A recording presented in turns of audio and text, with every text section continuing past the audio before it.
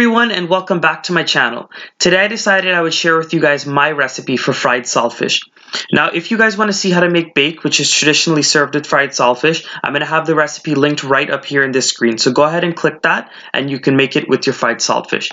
What I have here is some saltfish, and it's also known as salted cod. And what I did was I rinsed the salt off of it that came with it in the package. I went ahead and I boiled it in some water for about 20 minutes. I drained that water, and then I added this fish into another pot of boiling water, clean water, and I let that boil for another 20 minutes, and then I went ahead and broke it up.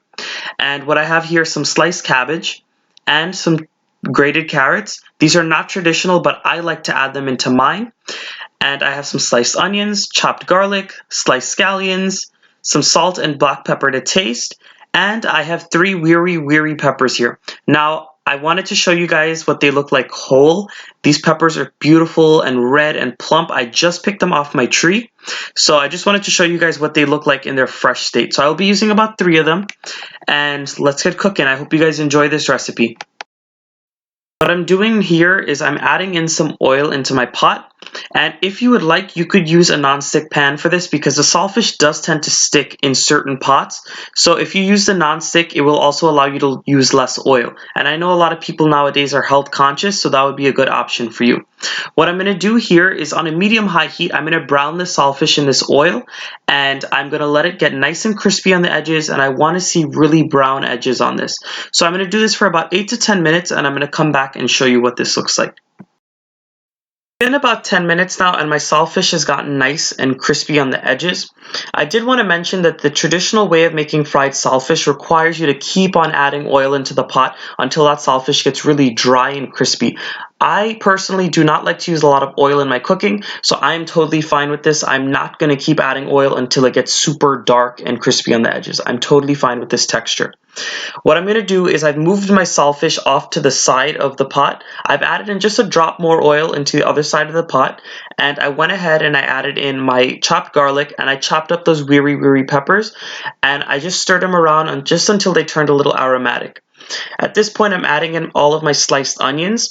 And you're just going to mix it on this one side of the pot and let them fry up until they get a little translucent or until they soften just a bit. My onions have been frying next to the saltfish for about 5 minutes now, and as you guys can see, it's gotten a little dark at the bottom and they've softened up very nicely.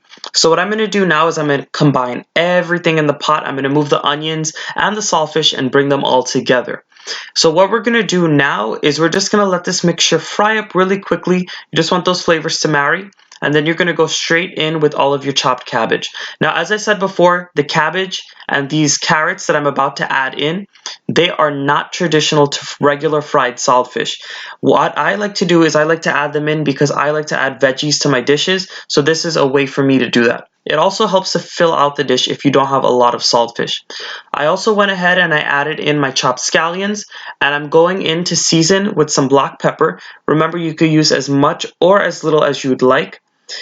And I'm just going to give this a stir, and I'm going to let it fry here on a medium heat for about 6 minutes or just until the cabbage starts to soften just a bit.